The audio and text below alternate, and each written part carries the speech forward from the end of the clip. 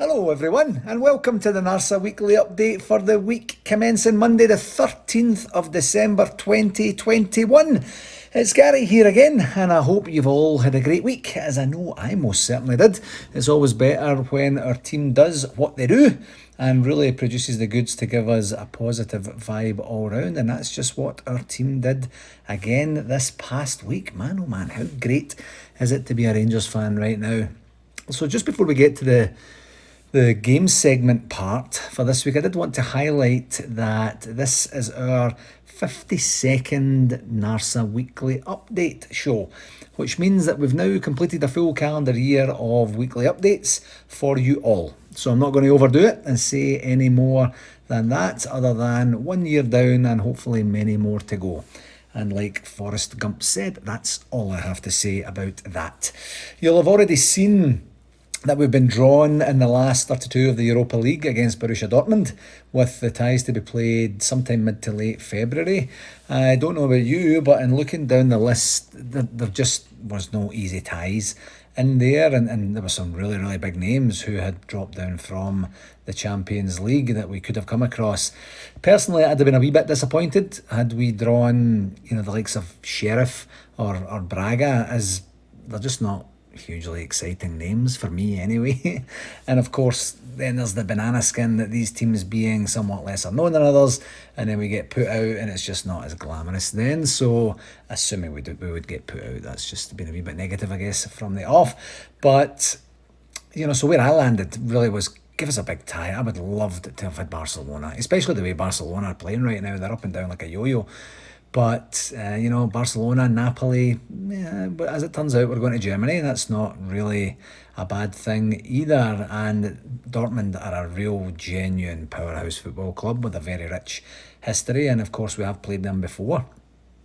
And I was interested to read on the Rangers website today that of the 8 times that we've competitively played against Dortmund, they've only actually won 1 of the 8 games. I think it was 3 victories and 4 draws that we had. So that's pretty interesting. Germany isn't a place that I typically fear when we draw against a German team. We seem to fare quite well against the Germans overall, knowing that they are typically more powerful than us and have better players than us. It's never really a place that we get a real good doing from. So, we'll see how it goes. Currently in the Bundesliga, which, in case you don't know German as fluently as I do, Bundesliga means the Bayern Munich always wins league. That's what Bundesliga means. And Dortmund are in second place right now on 31 points from 15 games. 6 behind, of course, Bayern, and 4 ahead of Leverkusen, who, of course, beat us in the Europa League. I think it was last 16. Was it last season or the season before? And I can't even remember. I'm taking a bit of a blank here. But anyway, off to Germany we go. And I, for one, will be really looking forward to that when the time comes. So on to our game segment for last week. 2 games this past week. The first one being the very creditable and enjoyable 1-1 draw against the previously 100% win rated Lyon in the last game of our Europa League stages campaign, with Scott Wright getting the opener from a bit of a fortuitous deflection just before the break, and then Lyon equalised with some similar fortune when Calvin Bassey unfortunately slid it into our own net from a cross that was whipped over as well. I thought we played controlled football, really neat game. Didn't look out of place at all against a very good Lyon side. Giovanni Van Bronckhorst had changed the team up quite a wee bit, resting some key players and giving others a much needed start and some real good quality game time. And what that looked like was John McLaughlin, Nathan Patterson, John Lundstrom, Scott Wright and Kemar Roof all getting starts. And very interestingly for me, Alfredo Morelos and Fashion Sakala being omitted from the squad completely to give them a bit of a breather and a rest before Sunday's big one against Hearts. But throughout the game, we played very well, and quite honestly, I thought we were more than a match for Lyon. Now, I understand that the match was a bit of a dead rubber, but I'm fairly sure Lyon would have really wanted to win to maintain their 100% record, and Rangers wouldn't have wanted to go out in a bit of a topsy-turvy group in terms of our results with anything like a resounding defeat or anything like that. And as I think I mentioned last week, Gio only wins games. Now, I'm going to modify that a wee bit for this week, and I'm going to say that Gio doesn't lose games, not like the previous manager. So overall, we were very deserving of the draw. I thought we defended well over the pitch. The guys that came in did a very capable job against quality opposition, as I said, and yet again, we created a number of chances, which seems to be a real hallmark of Gio's tenure with us thus far, and it's just such a joy to watch. It's just so entertaining and such a difference from the previous regime. So, to feel truly entertained by our team is a breath of fresh air. The only wee blip came at the very end of the game, and what I described to the NARSA WhatsApp group that we have as a coachable moment for the otherwise flawless Nathan Patterson, where he decided to hang on to the ball, get a little bit fancy, waited a wee bit too long with it, and then tried to play a cute outside of the foot flick to whoever it was he was trying to get the ball to, which basically just gifted it to the opposition attacker to go in on goal and set up a chance that quite honestly they should have scored, and that would have been what I consider to be a very undeserving winner. But thankfully they missed, and that particular disaster was averted. You need to not do that, Nathan. Imagine the outcry if our captain did the very same thing at the very same stage of the game. But because it's Nathan and he's universally loved by all, he'll get a wee eyebrow raise and a firm stare, and then we'll move on. What a fickle bunch we are at times, myself included. So we do indeed progress solidly in second spot on 8 points, having won 2, drawn 2 and lost 2 in the group, finishing 1 point ahead of our friendly neighbourhood racists, who will drop to whatever that other level of European competition that no one really wants to be in is called.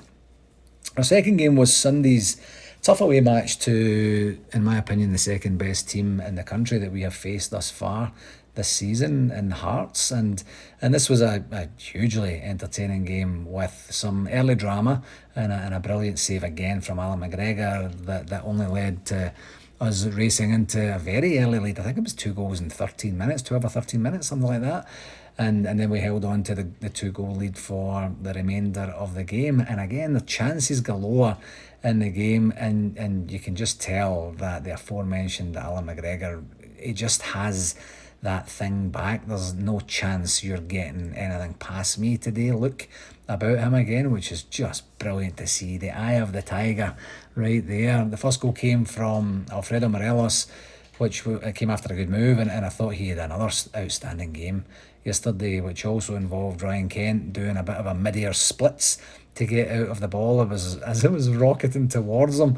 I think maybe if he was about 6 inches lower, I think Ryan's speaking voice might be a wee bit higher for the next few days, and we might have actually had the goal disallowed for offside. So well done to him for moving out of the way of that one. The second was a brilliant control and finish from Joe Aribo after a absolutely fantastic ball out of defence by Connor Goldson. I thought yesterday truly was one of Goldson's best games of the season. I think he was pretty much flawless the entire game as far as I can remember, which is just great to see.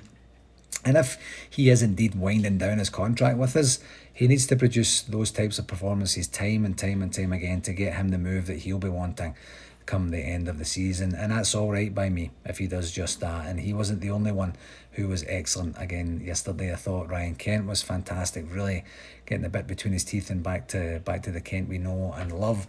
Joe Aribo again is just getting better and better with every game, and he's our star man. Fashion Sakala also put in a really good shift. Borna Barisic, I thought, really put himself about, put himself on the line for us time and time again.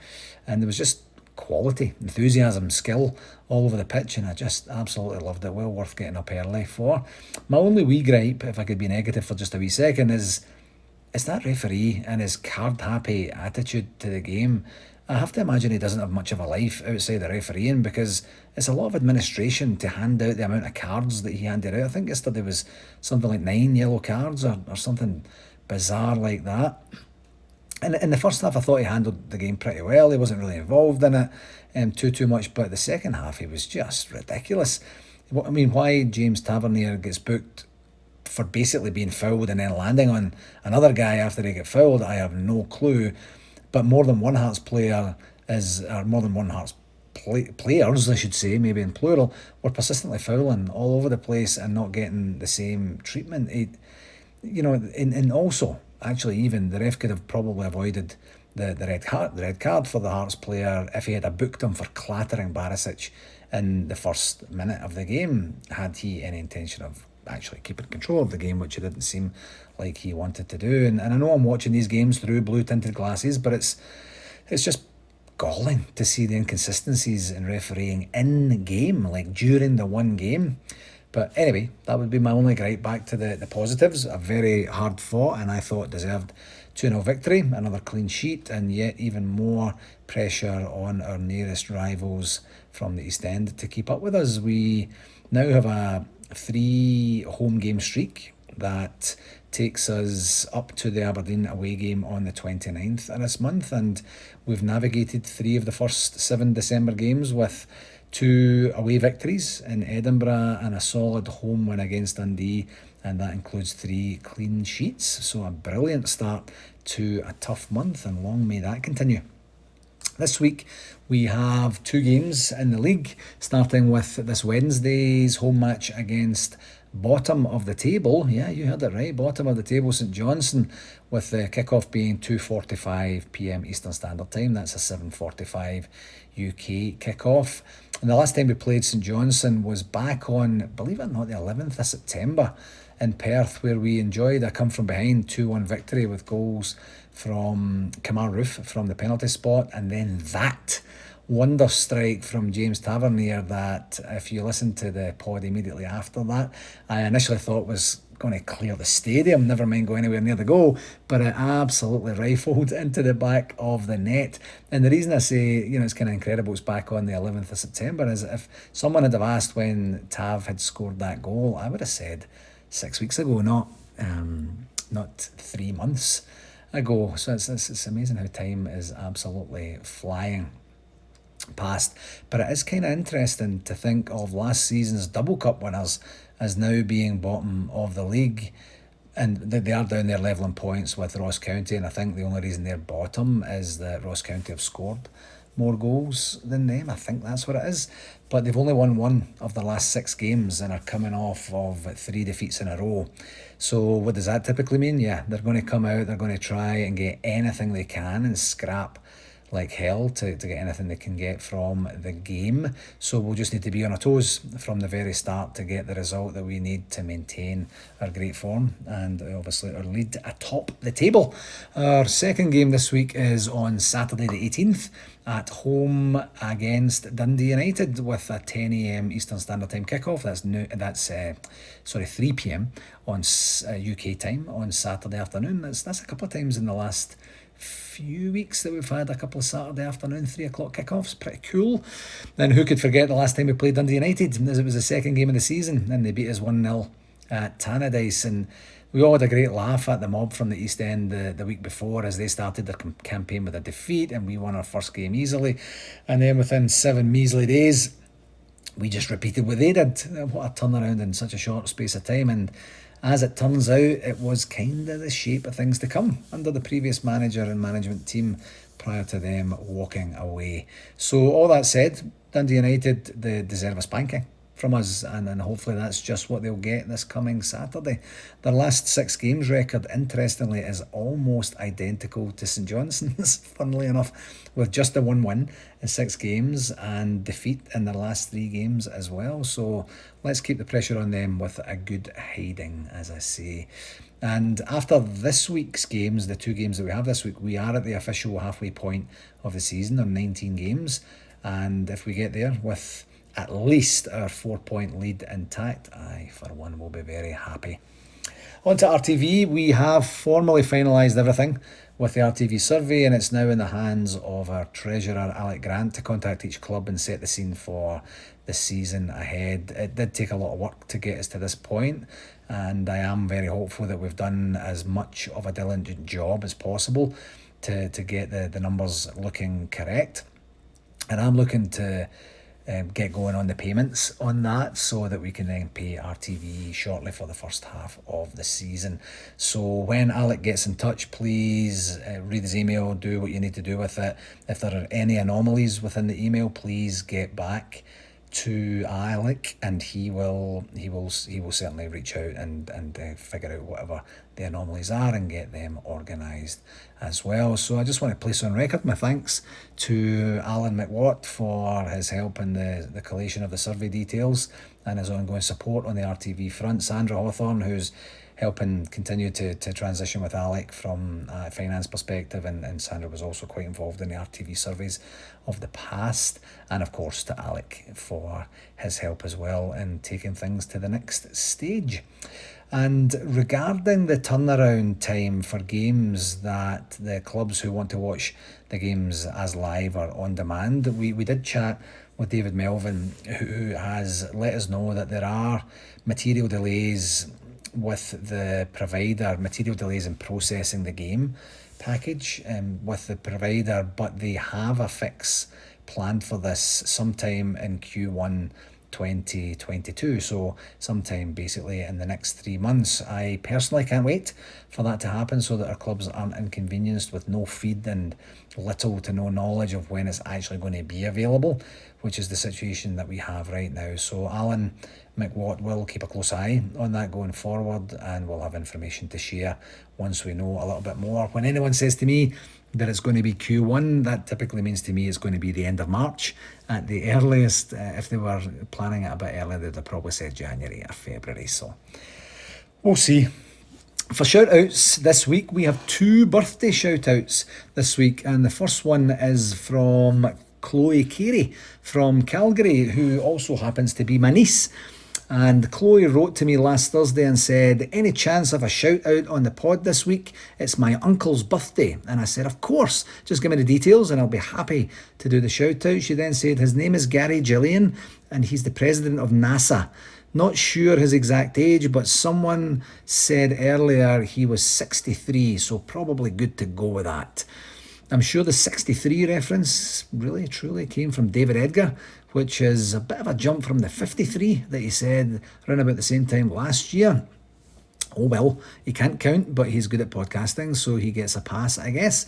So there you go. Happy belated birthday, Gary, and congratulations to you. You sound like a fantastic guy, just a really, really good guy. So well done, and congratulations to Chloe for that shout out.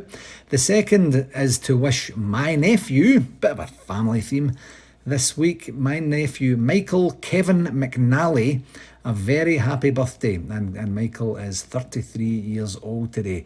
And yes, you heard it right. My nephew was named Michael Kevin McNally, and he was for a number of years a season ticket holder at Ibrox as well. So I can only imagine the curiosity that brought about at the ticket office come season ticket renewals time. It's not the conventional name that you would expect for a staunch Blue Nose, but that is exactly what Michael is. So a quick fun story. Back in the day, way back in the day, I took Michael to his first ever game at Ibrox, and I can't remember who we were playing. I tried to do some research earlier today, and I couldn't find the game. I wish I could have. I just kind of ran out of time to really delve into it. And I thought, just from a safety perspective, that it'd be best to leave before the end to make sure that he wasn't scared or in any danger, from the crowd, in terms of slipping down the stairs or whatever it was. When everyone's leaving on full time, I typically was never a leave early guy at all when I was at the games. And at the time, his favourite player was Paul Gascoigne.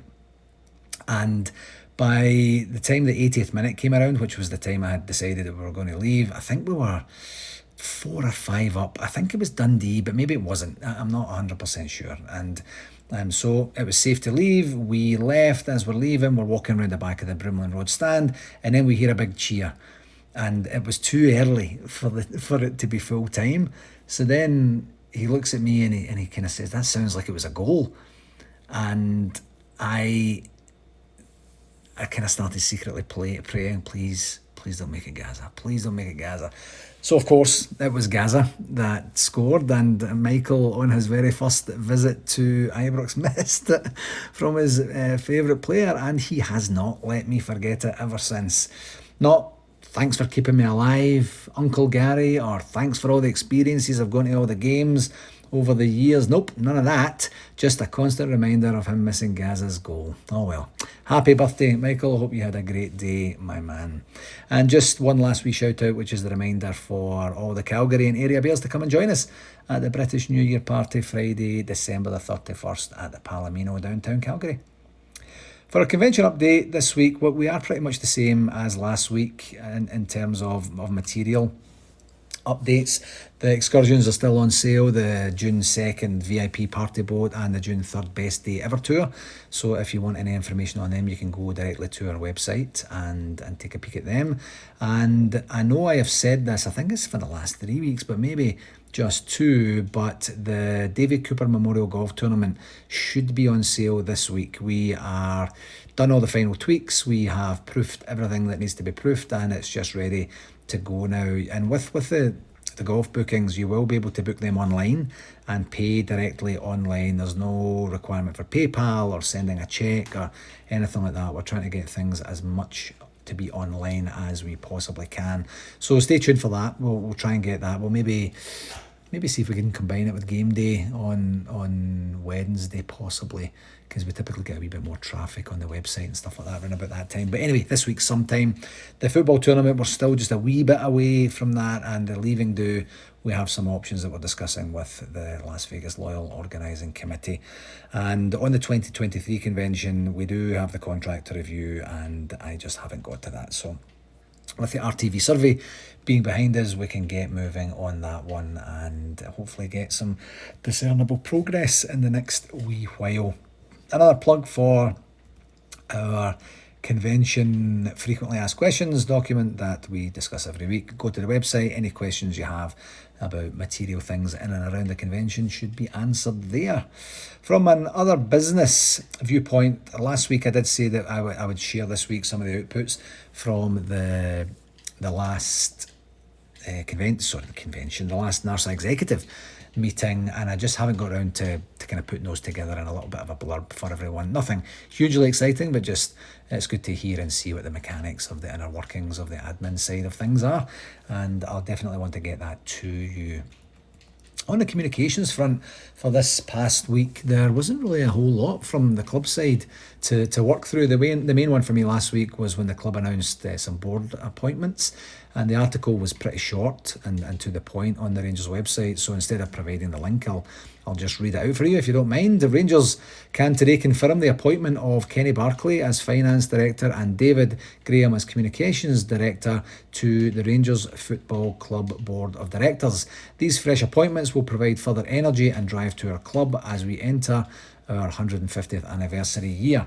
Furthermore, we are very grateful to George Latham for his services to TRFC board during a crucial period in our club's history. George played a key role in the management of the impact of COVID-19, and although he is stepping down from this role, he will continue as trusted advisor.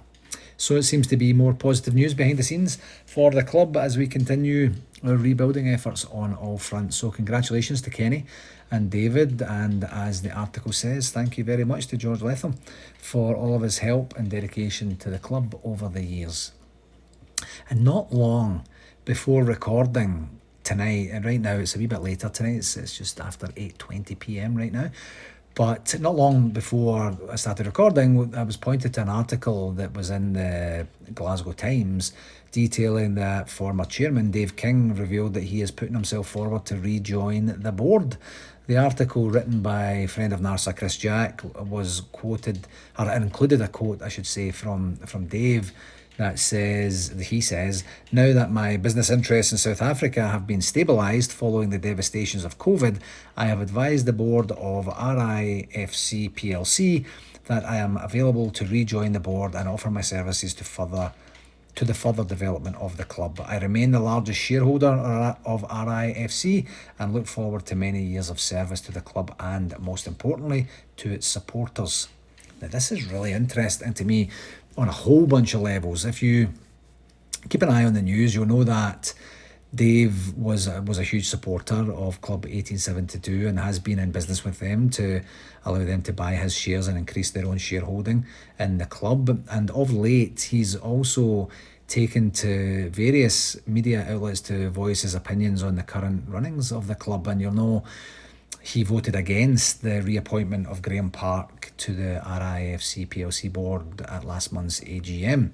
So I am personally always in favour of, if folks genuinely want to help, then come along and help, and don't stand on the sidelines pointing and shouting. And it appears that that's what Dave is trying to do right now. It also appears that there are strained relationships between Dave and certain current members of the board. So will it be helpful for Dave to join and work with these people on a regular basis, and hopefully eventually iron out the differences in the knowledge that any infighting just doesn't serve the best interests of the club or the fans at all? Hope so. Is it a power play to come in and exert undue influence on the folks that are there right now? Not sure. How does it even work to reappoint someone to the board? Is that an elected position? Is it something that he can insist upon with the vastness of his shareholding in the club? I'm not 100% sure. Will the board even want him back? I don't know. So I know in the last wee while, I've personally been thinking, please, Dave, don't do anything rash that's going to tarnish your legacy and reputation with the club and the fans. And I think I'm not alone in that. I will be forever grateful to him for everything he's done and what that has helped set up. And before tonight, in reading the article, I was of the mindset of, you ran your leg, or you ran your legs of the race already, with his couple of stints with the club, and you can look back and know the difference that you've made. Maybe it's time to let your successors take it from here. But I have to say and caveat that with, through my winding journey with NARSA, I know what it's like.